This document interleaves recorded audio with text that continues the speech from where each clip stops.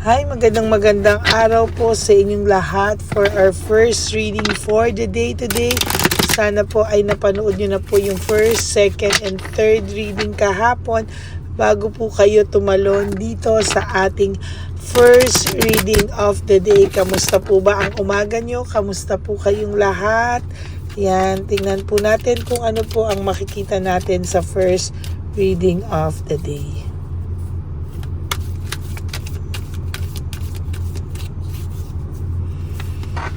Yan. So, be tayo 1, 2, 3, 4, 5, 6, 7, 8, 9, and 10.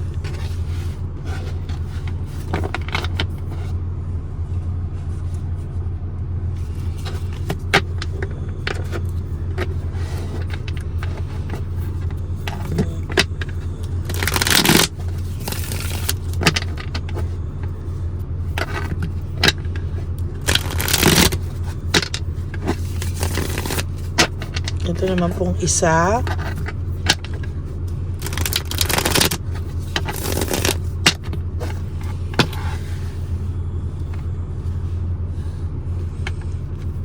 One, 2, 3, 4, 5, 6, 7, 8, 9, and 10.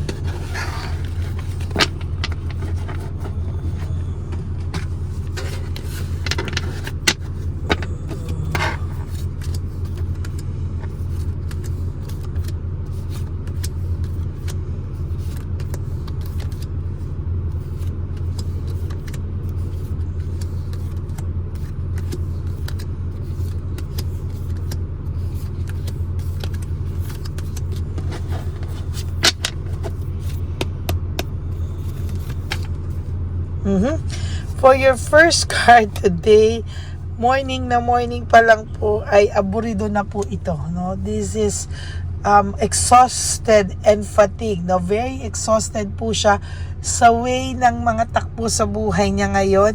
Alam mo po, minsan may mga blessings naman na dumadating sa kanya paunti-unti, no? Pero hindi niya po yan na-appreciate at hindi niya po yan nakikita kasi mas nangingibabaw po yung karma sa buhay niya kaysa sa mga, alam mo yan, unti-unting blessings, no? Umagang-umaga pa lang po ngayon ay aburido na to sa buhay niya, no?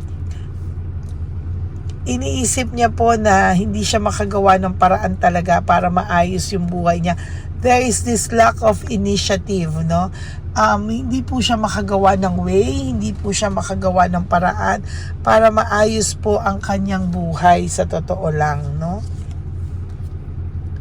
There's inner peace, dreams come true, fulfillment. Naiisip niya po yung lahat sana ng mga plano nyo na hindi natupad, no?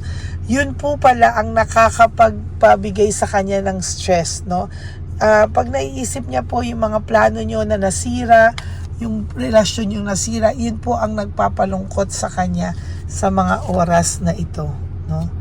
Nawalan po kasi ng direksyon yung buhay niya. Sa totoo lang po, ang pakiramdam niya po sa buhay niya ay panay conflict, no?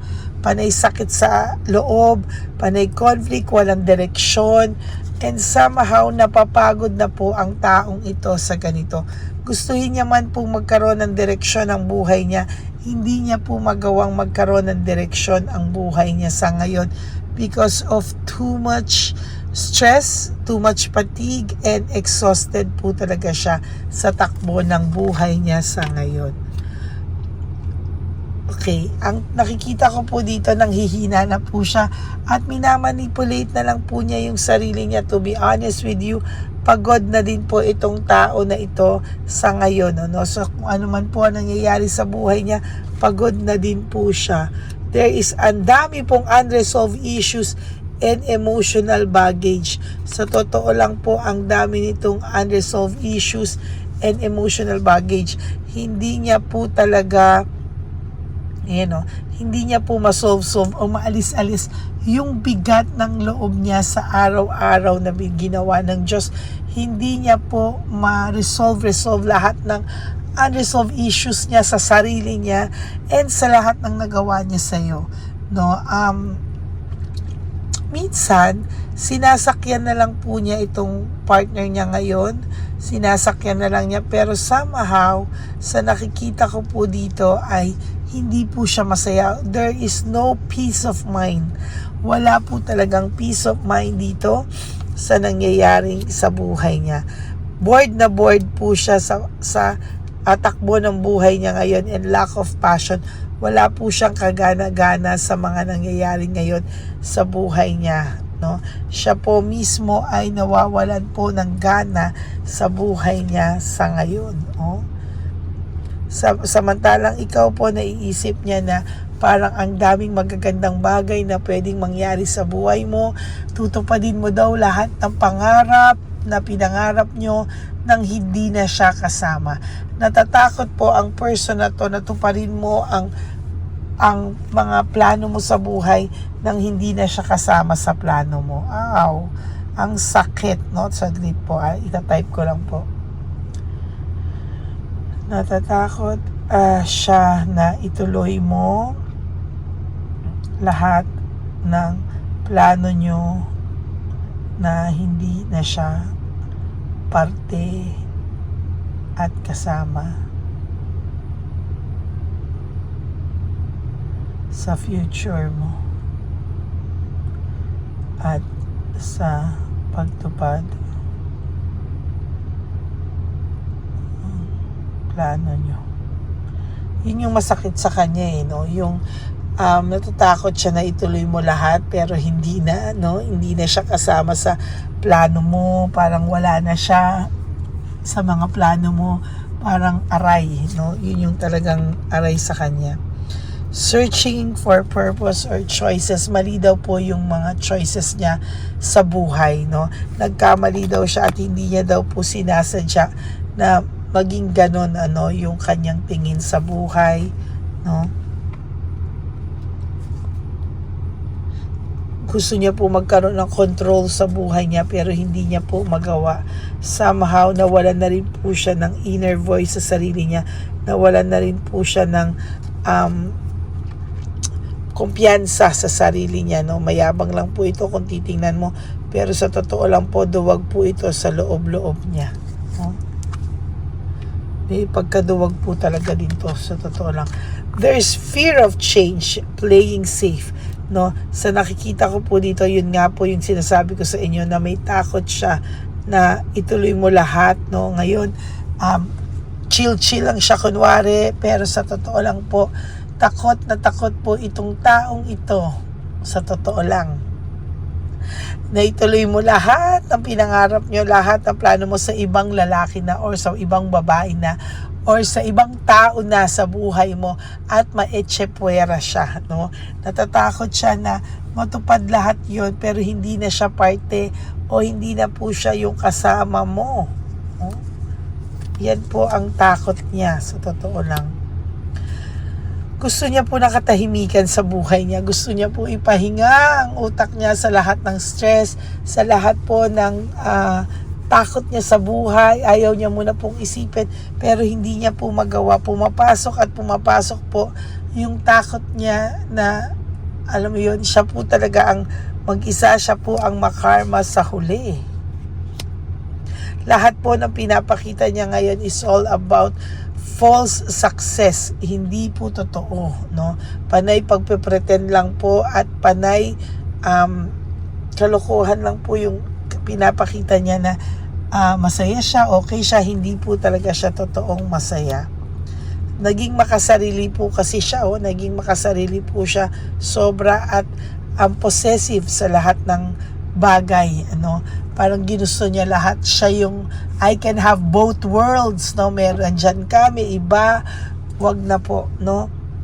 Mas maganda pong ma-realize niya ano yung consequences ng mga ginawa niya sa iyo at sa pagiging sa pagiging greedy, makasarili, very very selfish, no? Kaya ayan po, no? Wala ka na pong pupuntahan na mas masakit pa o mas worse pa sa naging decision mo dito. The universe has your back, no? Talaga pong nakasuporta ang universe sa'yo. You just have to think very clear, no? Ayusin mo po yung lahat ng plano mo para sa sarili mo. If you want to apply again sa ibang bansa or ano, gawin mo po, no? Kung gusto mo ng ibang mundo, gawin mo po. Kung gusto mo lumipat ng tirahan, gawin mo po. Kung gusto mo, lahat pwede mo pong gawin, no? Magiging mas maayos ka pa po sa mga susunod na araw sa buhay mo, no? Huwag ka pong matakot kasi sabi ko nga po, the universe has your back. Ayan, no? Mas marami pa pong blessings na darating sa iyo. Abundance, prosperity, and security. Mas okay nga po na wala itong taong ito muna sa buhay mo. Why? Kasi mas marami pong blessings na papanik sa iyo. Mas marami pong blessings na kakatok sa iyo. Ayan, no? Napakamaganda po. Magkakaroon ka po ng fresh start, optimistic, fun, and fulfillment sa buhay mo. No, kailangan mo lang pong i-let go itong taong ito for now, no? Talagang ayusin mo yung buhay mo and one day marirealize mo okay na pala ako, no? Everything happens for a reason pala talaga and talagang nakatakda na pala mangyari ito dahil mararanasan ko ang mas magandang buhay na deserve ko kesa nung niloloko lang ako ng taong ito, no? Sa lahat ng sinakripisyo mo, lolokohin ka lang ng ganon. Yun po yung masakit, no? Ayan, no? There's coldness, nagkakalamigan sila, kaya ngayon ay naiisip ka po talaga ng person mo. Sa totoo lang, no? Talagang hindi niya po kinaya, no? Yung kanyang mga consequences sa kanyang naging buhay, no? Kaya ngayon may nararamdaman siyang coldness not only sa current partner niya but sa situation itself, no? Nahihirapan po siya dahil pati sa sarili niya may coldness din siyang nararamdaman. Hindi niya po ma-explain pero galit din po siya sa sarili niya. For your last card, we have, selfishness, jealousy, and self-centered insecurity. Ayan po kasi lahat ng ginawa niya sa'yo, no? Naging selfish siya, na-insecure na siya, ayan, no? Nagseselos na po ito ngayon sa buhay na meron ka o dahil naiisip niya na okay ka na nang wala siya. Yan po, no? So, pakiramdam niya po, feeling niya po ay masaklap yung buhay niya nang wala ka. At yan po ay dahil sa sarili niya rin pong kagagawan. Okay? So that is your first reading for the day. I hope na naka-resonate kayo. And if you do, please give me a like and comment down below para po alam ko din po ang inyong mga pakiramdam. Okay? And for those of you who would like to have a private reading with me, you can message me po at Lady Lee Elena. That's Ladyly Elena. Nasa dulo po yan ng ating video. Diyan nyo lang po ako pwedeng makontak. That's my official and legit FB account. Ayan. So maraming salamat po sa inyong lahat. Okay? At sa akin pong mga pasasalamatan, sa akin pong lahat na ever loyal and solid Lady Elena friends, family, and subscribers, I love you all from the bottom of my heart.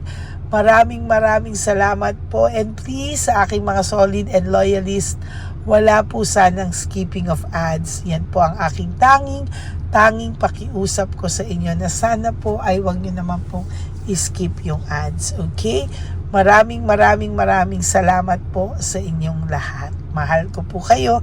At kahit nasa po akong lupalop ng daigdig, kahit may internet o wala, ito po ako po ay magbibigay sa inyo ng reading of the day. Gagawa po ako ng paraan makapagparating sa inyo ng reading of the day. Okay? Ano po ang bilin ko sa inyo palagi? That life is too short. Don't make it shorter by stressing yourself from all the pains and the heartaches na binigay sa inyo na kahapon. Just surrender everything to the divine universe and just let go and let God write your life and love story. I will be back for another set of reading for our second reading of the day today. Pagpasensyahan nyo lang po, medyo paus ako. Yan naman, alam nyo naman po ang ating panahon ngayon. Pabago-bago, yan, no? And sobra rin pong pagod na rin siguro. So maraming salamat po. And for those of you who would like to give me a super thanks for this video, I would really appreciate that and love that from the bottom of my heart. Maraming salamat po sa inyo, and please help me reach 20,000 subscribers, no? Sa susunod po hanggang sana tulungan niyo po akong maka-reach ng 20,000 subscribers, at ipagpapasalamat ko po talaga yan sa inyong lahat. Maraming salamat po, and thank you po sa lahat. And magkikita po tayo for our second reading of the day. At huwag po kayong malulungkot. Have a happy heart. God bless you today. And I will all see you again on my next reading. God bless po. Bye. I love you all.